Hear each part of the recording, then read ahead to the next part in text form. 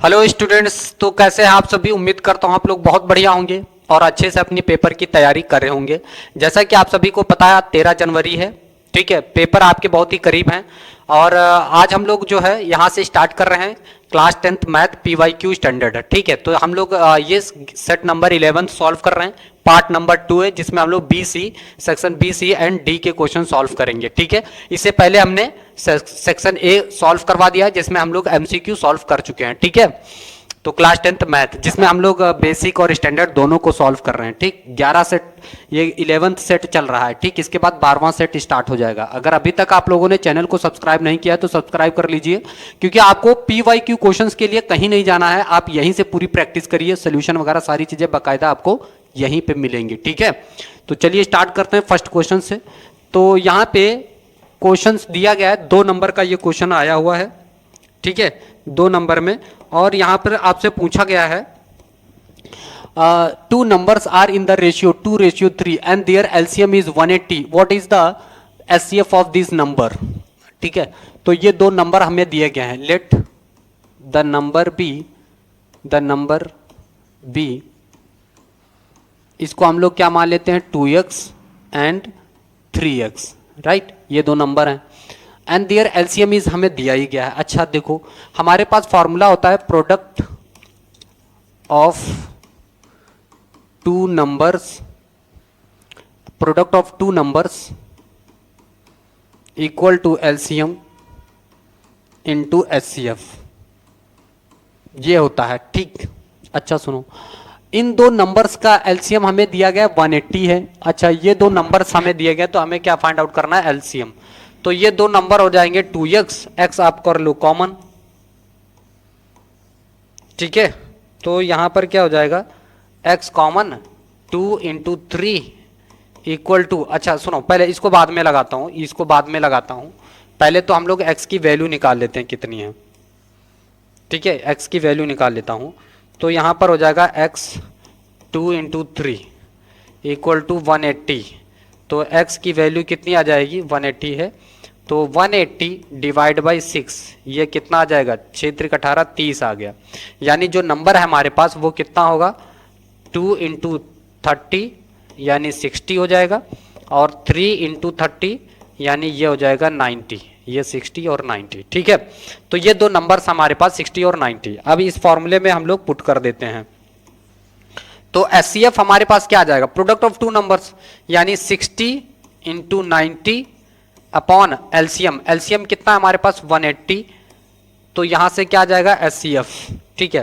तो इसको इससे काट दो, 2 हो गया, इससे काटो 30, यानी एचसीएफ भी इसका कितना आया है 30। एचसीएफ कितना आ गया 30। दिस इज योर आंसर, खत्म। देखो हमने नंबर क्या लेट कर लिया, 2x और 3x, इन दोनों की वैल्यू हमें दी गई थी 180, यानी एलसीएम हमें दिया ही गया है। तो x इंटू 2 इंटू 3, तो ये कितना हो जाएगा हमारे पास 6x से 6 को उधर भेजेंगे 30 आ गया। यानी अब हमारे पास जो नंबर बनेंगे वो 2x, ये क्या है 2x है, 2x 2 इंटू 30 रखेंगे 60, ये है 3x, यानी 3 इंटू x रखेंगे तो 90। अब इन दोनों का हम इस फॉर्मूले में रख दिए, product of 2 numbers into LCM into HCF, LCM नीचे जाएगा तो एचसीएफ आ जाएगा 30, ठीक है। किसी को कोई दिक्कत? चलिए अगला क्वेश्चन देखिए अपने पास, ठीक है। अगला क्वेश्चन जो हमें दिया गया है यहां पे, ठीक है, तो वो अगला क्वेश्चन क्या है, if 1 0 of the polynomial is reciprocal of the other than the find the value of. तो सुनो, यहां पर मैं अल्फा एंड बीटा मैं 2 जीरोस मान ले रहा हूं। अच्छा, जो बीटा होगा वो 1 अपॉन अल्फा होगा, जस्ट रेसिप्रोकल।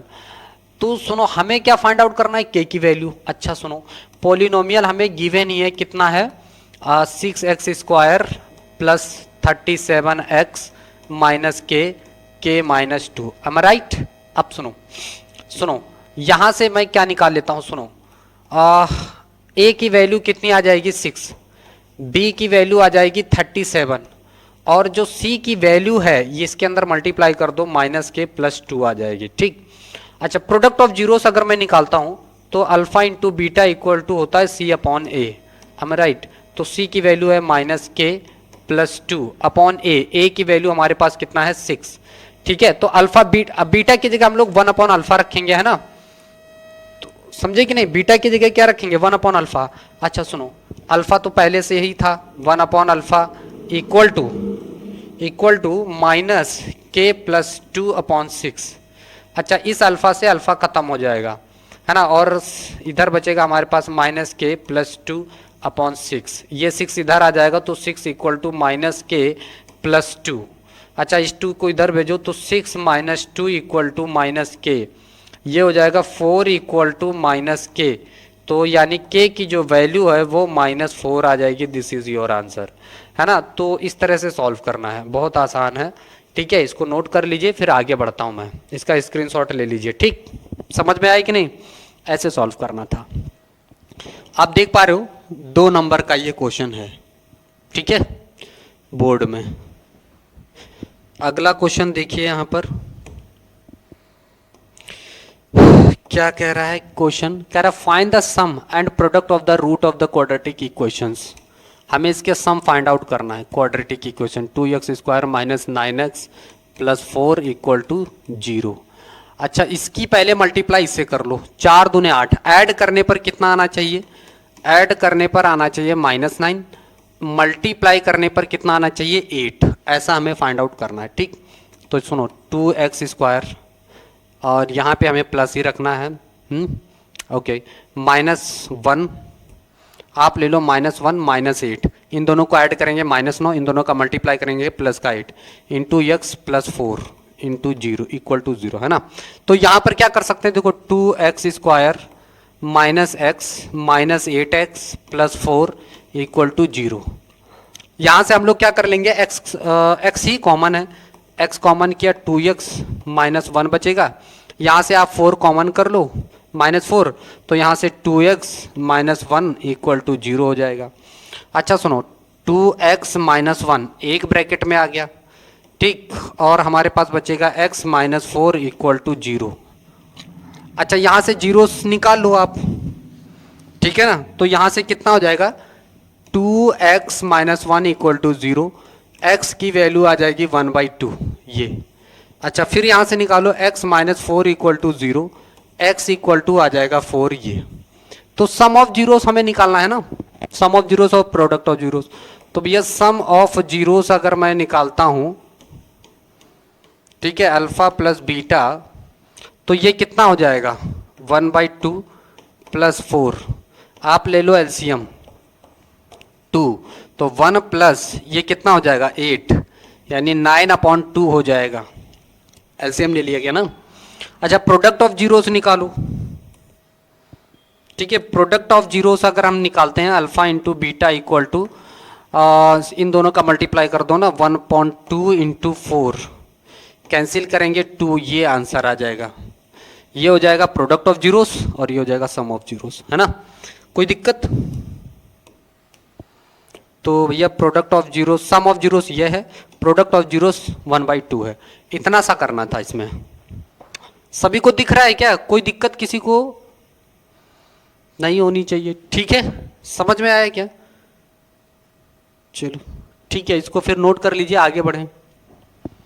चलो अगला क्वेश्चन देखो हम लोग का क्या है। अगला जो क्वेश्चन है हम लोग के पास, अरे हाँ, ओके, तो find the discriminant of the quadratic equation and hence comment on the nature of the root of the equations. ठीक है, तो देखो हमारे पास क्वाड्रेटिक इक्वेशन क्या है, 4x square minus 5 equal to 0। तो अपन के पास यहाँ से a इक्वल टू 4 और b इक्वल टू 0 है, c की वैल्यू कितनी है -5, है ना, c की वैल्यू कितनी है -5। अच्छा, डिस्क्रिमिनेंट के लिए फॉर्मूला होता है b स्क्वायर माइनस 4ac, ऐसा, ठीक।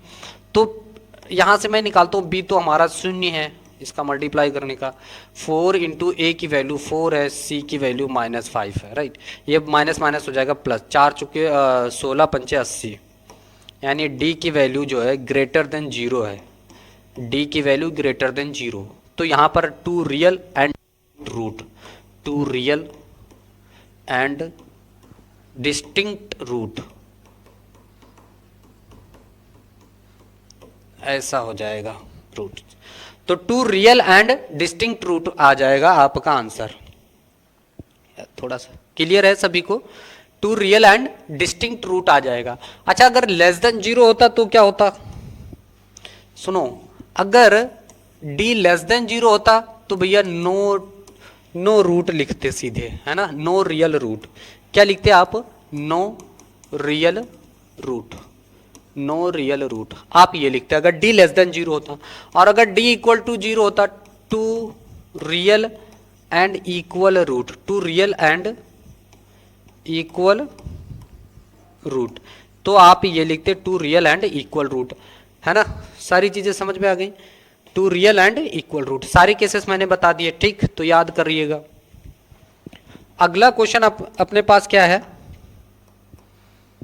अगला अपने पास क्वेश्चन में क्या है? If a fair coin is tossed twice find the probability of getting at most one head. देखो अगर दो कॉइन को फेंका जा रहा है तो सैंपल स्पेस हमारे पास क्या आ जाएंगे?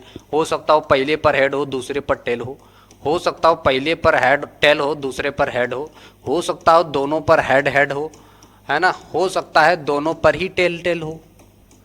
तो हमारे पास सैंपल स्पेस कितने बनेंगे? 4। उसने बोला एट मोस्ट, ज्यादा से ज्यादा वन हेड, एक हेड होना चाहिए, ज्यादा से ज्यादा एक हेड होना चाहिए, ज्यादा से ज्यादा, और ज्यादा से ज्यादा एक हेड होना चाहिए, कम से कम ना भी हो तो भी चलेगा। तो भैया यहां पर प्रोबेबिलिटी क्या बनेगी? ज्यादा से ज्यादा एक हेड होना चाहिए और कम से कम में ना हो तो भी चलेगा, कम से कम में ना हो तो भी चलेगा। तो भैया यहां पर प्रोबेबिलिटी तो हमारी यही आ जाएगी, हाँ, एटमोस्ट वन हेड से ज्यादा ना हो, है ना, तो ये हो जाएगा और ये हो जाएगा, और कम से कम में ना हो तो भी चलेगा, 2/4 ये प्रोबेबिलिटी हो गई, है ना। इसको करेंगे तो 1/2। अरे समझे कि नहीं समझे भाई? इसमें कम से कह रहा है ज्यादा से ज्यादा एक ही हेड हो, तो ज्यादा से ज्यादा एक हेड होना चाहिए, H T comma H comma T, और ये टी कॉमा टी, मतलब ज्यादा से ज्यादा एक हेड और कम से कम में ना हो तो भी चलेगा। ये 3/4 है ना, 3/4, ये दिस इज योर आंसर, ये हो जाए 3/4, 3 आ गया ना। कम से कम कह रहा है ज्यादा से ज्यादा एक हेड हो और कम से कम में ना हो तो भी चलेगा, ठीक है, ये आ जाएगा। कम से कम ना हो तो भी चलेगा लेकिन ज्यादा से ज्यादा एक होना चाहिए, इससे ज्यादा हेड नहीं होना चाहिए। भैया 2 नंबर का क्वेश्चन था ये भी, देखो अगला जो है फिर 2 नंबर का क्वेश्चन है ये। अरे क्या हो रहा है यार, हाँ चलो आओ, अरे चलो सुनो, तो अपने पास ये है ट्रिग्नोमेट्री से रिलेटेड क्वेश्चन, है ना, ये भी एनसीईआरटी का क्वेश्चन है, याद होगा आप लोगों ने अगर जिसने भी लगाया है। तो कुछ नहीं करने का है इसमें, cos 60 की वैल्यू 1/2 होती है तो यहाँ पे रख देने का है ऐसा, इसका स्क्वायर कर लेने का। 4 और sec 30 की वैल्यू, sec 30 की वैल्यू है ना, cos का उल्टा, तो अगर cos होता cos 30 तो √3/2 होता, तो इसका जस्ट उल्टा कर लो 2/√3 का स्क्वायर करने का। tan 45 की वैल्यू 1 होती है, इसका स्क्वायर कर लेने का। sin 30 की वैल्यू 1/2 और उसका स्क्वायर हो जाएगा, प्लस cos 30 की वैल्यू √3/2 उसका स्क्वायर हो जाने, तो इसका स्क्वायर कितना हो जाएगा? ये 1/4 यानी ये 5/4 हो जाएगा, प्लस 4 × 2 का स्क्वायर 4 और √3 का स्क्वायर 3 हो जाएगा, ये /1। अच्छा भैया इसका कर लो 1/4 प्लस 3/4, am I right? इसकी वैल्यू कितनी हो जाएगी? 1 हो जाएगी। अरे भैया डिनोमिनेटर सेम है ना तो 1 ही हो जाएगा। अच्छा सुनो, इसको अपन सॉल्व करता है तो 5/4 प्लस 16/3 माइनस 1, नीचे कितना बचेगा? 1। समझ आया क्या? ठीक है, चलो देखो इतना करने का है अपन को। अब सुनो, 3 और 4 का अगर मैं एलसीएम लेता हूं तो 12 आएगा, है ना, तो 12 कर लिया। इसको 12 करने के लिए 4 को 12 करना है तो हमें 3 से मल्टीप्लाई करना पड़ेगा, तो 15 हो जाएगा। इसको अपन को 12 करना है तो कितने से मल्टीप्लाई करना पड़ेगा? 4 से, तो 16 × 64 हो जाएगा। ओके, इसको अपन को 12 करना है इस 1 को, तो हमें 12 से मल्टीप्लाई करना पड़ेगा, -12, तो 5 4 9, और 6 और 1 7 माइनस 12 नीचे हो जाएगा 12। 7 में से 9 में से 2 जाएगा तो 7 बचेगा, 7 में से 1 जाएगा 6 बचेगा, नीचे आ जाएगा 67। तो भैया आपका दिस इज योर आंसर 67/12। दिख रहा है सभी को, कोई दिक्कत किसी को नहीं होनी चाहिए, समझ में आया कि नहीं? ठीक है, ये 2 नंबर का क्वेश्चन था। आगे देखते हैं अपने पास, ये भी आपका 2 ही नंबर का क्वेश्चन है, 2 नंबर का क्वेश्चन है। समझ आया क्या? कह रहा if A and B are acute angles such that sine A minus B equal to 0 and 2 cos A plus B minus 1 equal to 0। चलो कोई नहीं, सॉल्व करते हैं। तो अपन सॉल्व करते हैं इसको, a minus B equal to 0। Sine कितने की वैल्यू होती है? -0। तो साइन जो है 0 की वैल्यू क्या होती है बेटा? 0 होती है। तो साइन से साइन तो कैंसिल हो जाएगा, a minus B equal to 0। Equation first, this is your equation first. अब अपन इसको सॉल्व करता है, ये 2 cos a plus B minus 1 equal to 0। इसको अपन उधर लेके जा रहे हैं ना, इसको अपन उधर लेके जाता है, ठीक। तो ये क्या जा रहा है? Equal to 1। इस 2 को भी उधर भेज दो, तो cos a plus B equal to 1/2। Cos a plus B है ना, ये कॉस कितने की वैल्यू हो जाएगी? 60 की।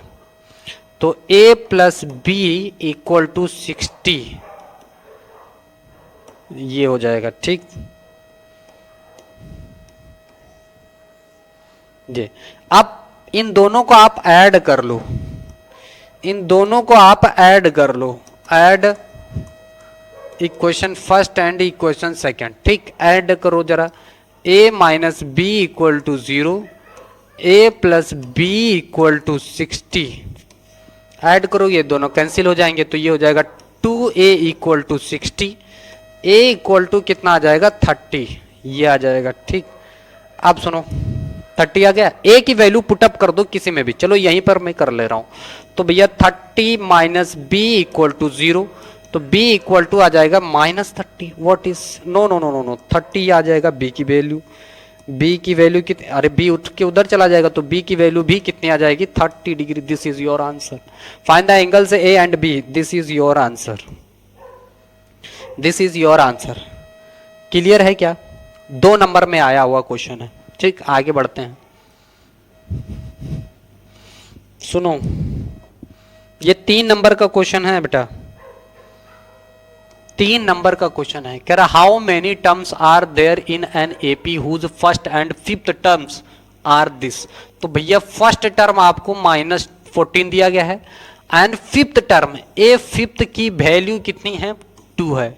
Last term is l equal to आपको दिया गया है 62। समझ में आया क्या? अच्छा सुनो, यहां से अपन को फाइंड आउट करना हाउ मेनी टर्म्स, n की वैल्यू निकालनी है, राइट।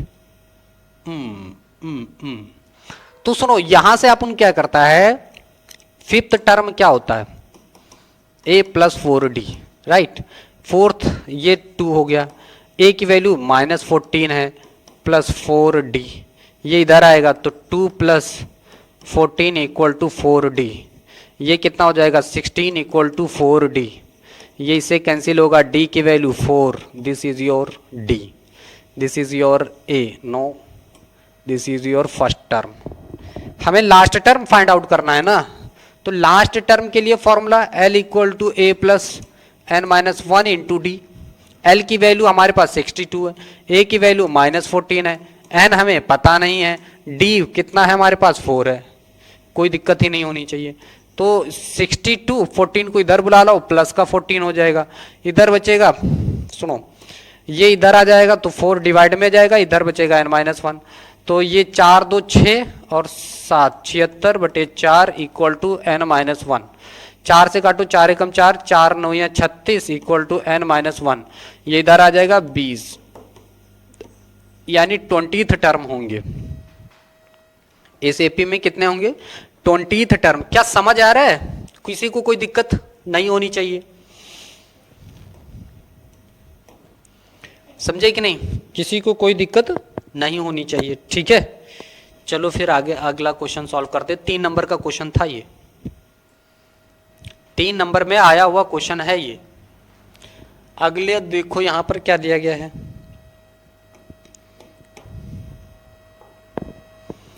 सुनो यहां पर दिया गया है हम लोगों को, कह रहा है कि विच term of the AP is the first negative term इस एपी का कौन सा पहला टर्म जो रहेगा वो नेगेटिव रहेगा। तो समझो ए की वैल्यू 65 है, डी की वैल्यू बाद वाले से पहले वाले को माइनस करने का है, तो 65 equal to -4, right. Which term is negative, कौन सा टर्म इसमें से नेगेटिव होगा, तो भैया A N equal to A plus N minus 1 into D.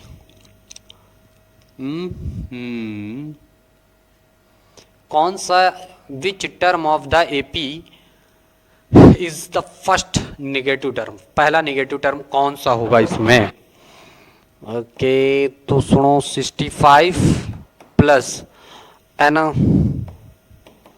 पता नहीं है, डी है -4, तो 65 माइनस 4n प्लस 4, ये हो जाएगा 69 - 4n, तो 4n। इसको हम लोग क्या मान के चलेंगे, देखो फर्स्ट टर्म कौन सा नेगेटिव होगा, जो 0 से छोटा हो। अरे भाई n की वैल्यू क्या होगी, 0 से छोटी होगी, वही तो नेगेटिव होगा ना।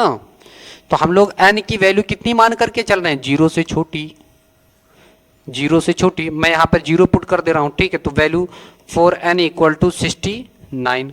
अच्छा तो n की वैल्यू कितनी रहेगी, n की वैल्यू 69 डिवाइड बाई 4, 4 से जरा इसको डिवाइड कर लो, 69, 6 4 1 जा 4, 2 4 4 7 जा 28 है ना, 1, तो यानी 17 होल 1/4, ठीक है। तो यहां पर n की वैल्यू कितनी आ जाएगी, 17वां टर्म, 17th टर्म जो होगा वो क्या होगा, नेगेटिव होगा। समझे कि नहीं, 17th टर्म क्या होगा, इसका नेगेटिव आएगा, क्योंकि यहां पर n क्या होगा, 0 से छोटा, यानी यहां पर मैं 0 रख दे रहा हूं, ठीक है। तो हमारे पास जो n की वैल्यू आई, हमारे पास जो n की वैल्यू आएगी वो 17th टर्म इसका क्या होगा, फर्स्ट नेगेटिव होगा, ठीक है। ओके अगला क्वेश्चन हमारे पास क्या है, ये भी 3 नंबर का क्वेश्चन है। 3 नंबर का क्वेश्चन है, prove that the angle between the two tangents drawn from an external point to a circle is supplementary to the angle subtended by the line segment joining the points of the contact at the centre. एक भैया कह रहा है कि circle का है, ठीक, हाँ ठीक है। तो ये सेंटर ओ हो गया, यहां से आप टेंजेंट ड्रॉ कर लो ऐसे, छी थोड़ा सा, ओके ओके, ये हो गया P पॉइंट, ये हो गया A, ये हो गया B। आप जानते हो कि ये इस पर परपेंडिकुलर होता है, ऐसा हमें ये प्रूव करना है ना कि हमें ये वाला एंगल और ये वाला एंगल सप्लीमेंट्री मतलब 180 डिग्री प्रूफ करना है ना, ये दोनों। तो भैया यहां पर सम ऑफ क्वाड्रिलेटरल एंगल लगा देना, क्या दिक्कत है, कोई दिक्कत ही नहीं होनी चाहिए। सुनो चलो चलो देखो, तो भैया हम यहां पर क्वाड्रिलेटरल एंगल लगा दे रहे हैं ना, sum of all angle in quadrilateral, ठीक। तो देखो यहां पर angle A P B plus angle P A O plus angle P B O plus angle A O B equal to 360। Quadrilateral के चारों एंगलों का सम 180 डिग्री होता है, वो 360 होता है ना। P हमें पता है क्या, नहीं यही तो हमें निकालना है, ए पी बी प्लस ए हमें पता है 90 डिग्री है, बी भी हमें पता है 90 डिग्री है, ए ओ बी हमें नहीं पता है, इक्वल टू 360 डिग्री। अब देखो 180 हो जाएगा, उधर भेज देंगे, तो angle A P B plus angle A O B equal to 180 degree. 360 में से 180 माइनस हो जाएगा, यही अपन को प्रूफ करना था। हैंस प्रूफ प्रूव्ड, ये आपको प्रूफ करना था कि भैया इसका सम प्लस इस एंगल का सम सप्लीमेंट्री होता है, मींस 180 डिग्री होता है। सप्लीमेंट्री होता है 180 डिग्री, कंप्लीमेंट्री दिया होता तो 90 डिग्री होता है। ठीक है, समझ आया क्या? यही अपन को प्रूफ करना था।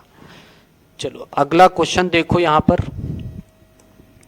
सुनो, ये भी एनसीईआरटी का क्वेश्चन है, 3 नंबर का क्वेश्चन है। चलो ऊपर आप क्या करो, साइन कॉमन कर लो, ऊपर आप क्या करो, साइन ए कॉमन कर लो। तो ऊपर अपन साइन ए कॉमन कर लेता है तो 1 माइनस 2 साइन स्क्वायर ए बच जाएगा। नीचे आप कॉस कॉमन कर लो, कॉस ए, तो यहाँ 2 कॉस स्क्वायर ए माइनस 1 बच जाएगा। ठीक, साइन ए, यहां पर आप 1 माइनस 2, यहाँ साइन स्क्वायर देखो ये आइडेंटिटी होते ना, cos square A plus sine square A plus equal to 1, तो यहाँ से sine square A equal to क्या आ जाएगा, 1 माइनस कॉस स्क्वायर ए। तो मैं यहाँ पर यही डाल दे रहा हूँ, 1 माइनस कॉस स्क्वायर ए। ठीक है ना, कोई दिक्कत ही नहीं होनी चाहिए। तो cos A bracket 2 cos square A minus 1, ऐसा कर लेने का। साइन ए ब्रैकेट 1 माइनस, इसमें 2 से मल्टीप्लाई माइनस 2, फिर इसकी इसमें भी मल्टीप्लाई होगी तो प्लस 2 कॉस स्क्वायर ए बच जाएगा। ठीक, नीचे देखो कॉस ए है ना, 2 कॉस स्क्वायर ए माइनस 1 ऐसा आ जाएगा। अच्छा प्लस 1 माइनस 1, तो माइनस 1 बचेगा, इसको मैं पीछे लिखूंगा। ठीक है ना, तो साइन ए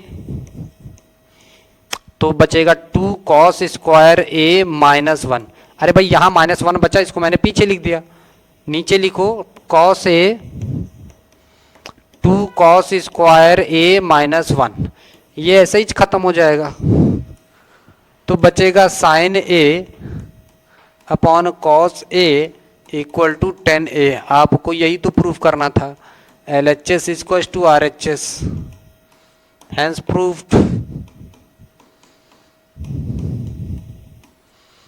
आपको यही प्रूफ करना था। ये वाला तो कैंसिल ही हो जाएगा ना, ये दोनों तो कैंसिल ही हो जाएंगे। इतना क्यों गंदा कर दिया, समझ आया? समझ आया क्या? दिख रहा है क्लियर? चलो 3 नंबर का था, जम से मिल जाता 3 नंबर। चलो एनसीईआरटी का है यार, देख लो, बढ़िया। ये भी क्वेश्चन है, बहुत आसान क्वेश्चन है ना। आइडेंटिटी याद रखो, सारे फॉर्मूले याद रखो, बैठा दोगे तो मिल जाएगा नंबर। सुनो, इसको आप, ये सेक ए है ना, इसको आप 1 अपॉन कॉस में लिखो, 1 अपॉन कॉस ए, राइट। 1 माइनस साइन ए ही इसको लिखो, इसको आप लिख लो 1 अपॉन कॉस ए, है ना, और इसको आप लिखो साइन ए अपॉन कॉस ए। चलो 1 अपॉन कॉस ए, 1 माइनस साइन ए, ओके, यहां प्लस है ना तो प्लस लिखो, 1 प्लस साइन ए। नीचे क्या आया, कॉस, नीचे कॉस आया, ए आ गया, ये ऐसा लिख दो। इसकी इसमें मल्टीप्लाई हो जाएगी तो 1 अपॉन कॉस स्क्वायर ए हो गया। ठीक है ना, 1 माइनस साइन ए एक ब्रैकेट में, यहाँ आ जाएगा 1 प्लस साइन ए अदर ब्रैकेट में, ये होता है ए माइनस बी ए प्लस बी, तो 1 अपॉन कॉस स्क्वायर ए। यहाँ पर इसको 1 माइनस साइन स्क्वायर ए लिख सकते हैं। इसको हम बचपन से जानते हैं कि कॉस स्क्वायर ए होता है, कॉस स्क्वायर ए इंटू कॉस स्क्वायर ए, ये इससे खत्म हो जाएगा इक्वल टू 1। यही आपको प्रूफ करना था। अरे ए माइनस बी ए प्लस बी, ए स्क्वायर माइनस बी स्क्वायर, है ना, ये तो आइडेंटिटी है कॉस स्क्वायर की, खत्म। अगला क्वेश्चन,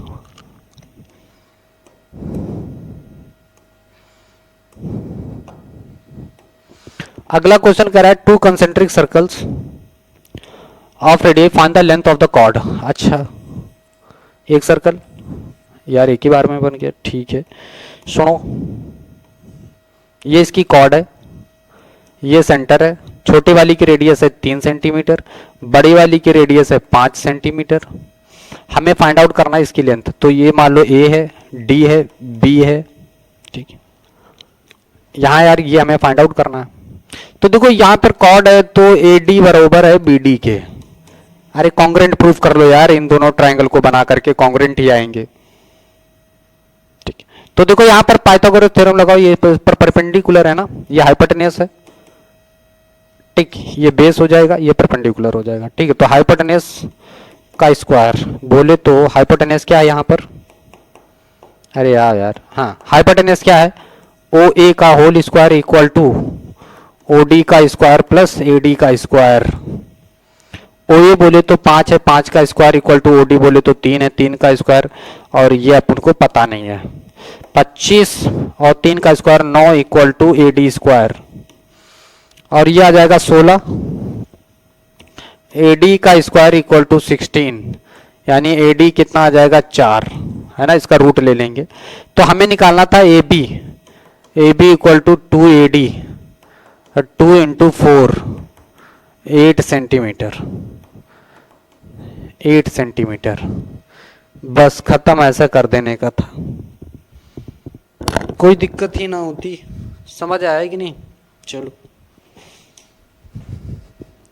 ये अगला जो क्वेश्चन है ये भी 3 नंबर में आया हुआ क्वेश्चन है, तो जरा इसको कैलकुलेट करिए, देखिए कोशिश भी करते रहे। Find the value of P for which quadratic equation has 2 equal real root. Okay, equal real root अभी हमने जस्ट बताया था डी इक्वल टू 4ac, ऐसा चलता है। तो सुनो, इसकी पहले मल्टीप्लाई कर लो, P X X minus 2 plus 6 equal to 0। इसकी जरा इसमें मल्टीप्लाई कराइए, P x square minus 2px, ठीक, चलो minus 2px plus 6 equal to 0। तो भैया यहाँ से a की वैल्यू p आएगी, b की वैल्यू माइनस 2p आएगी, c की वैल्यू 6 आएगी।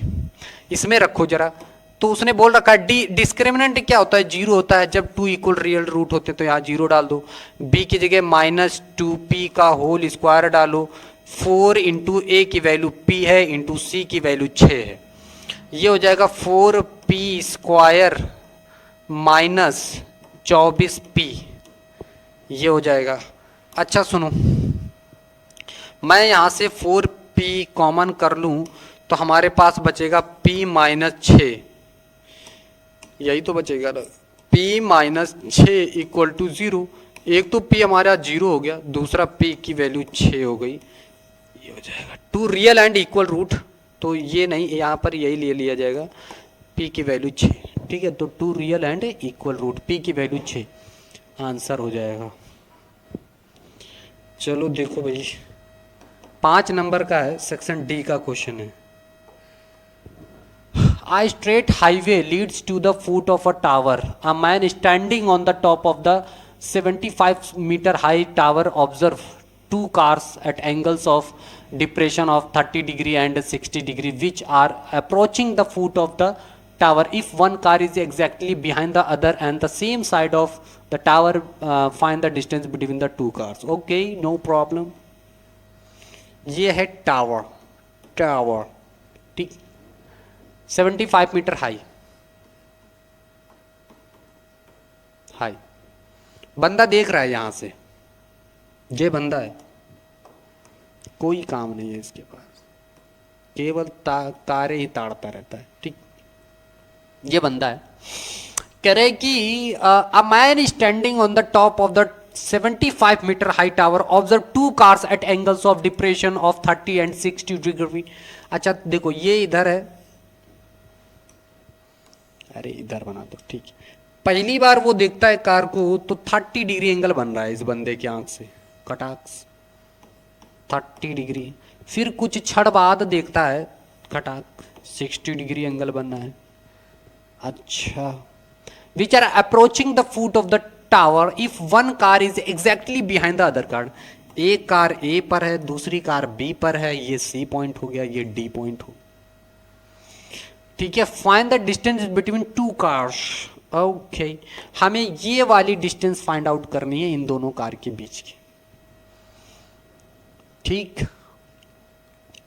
और कछु दिया गया नहीं, तो पहले हम लोग ट्रायंगल ले लेते हैं, दिख रहा है, ठीक है। तो पहले हम लोग ट्रायंगल ये वाला ले लेते हैं। In triangle BDC, in triangle BDC, BDC, तो भैया 10 ले लो आप, हमें इससे और इससे मतलब है, तो 10 ले लेंगे। 10 60 डिग्री इक्वल टू आप CD अपॉन BC।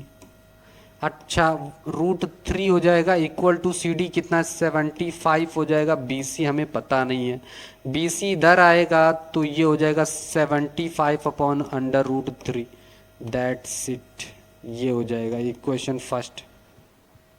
समझे क्या? अब हम लोग ले लेंगे ये वाला ट्राइंगल ADC। सुनो देखो, इन ट्राइंगल ADC, ये आप ट्राइंगल ले लो, यहां पर आप 10 30 ले लो, आप 30 डिग्री ले लोगे तो ये परपेंडिकुलर CD अपॉन ये पूरा डिस्टेंस ले लो AC। अच्छा सुनो सुनो सुनो, ये हो जाएगा 1 अपॉन √30 इक्वल टू CD, हमें पता है 75 है, नीचे हो जाएगा AC। AC इक्वल टू कितना आ जाएगा 75 √3।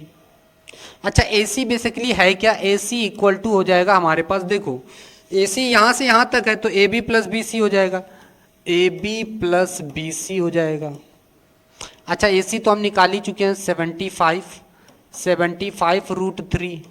AB निकल चुका है क्या, नहीं, AB निकालना है, BC निकल चुका है, कितना है, AB को आप ऐसे ही रखो, BC हमें दिया गया है कितना 75 अपॉन √3।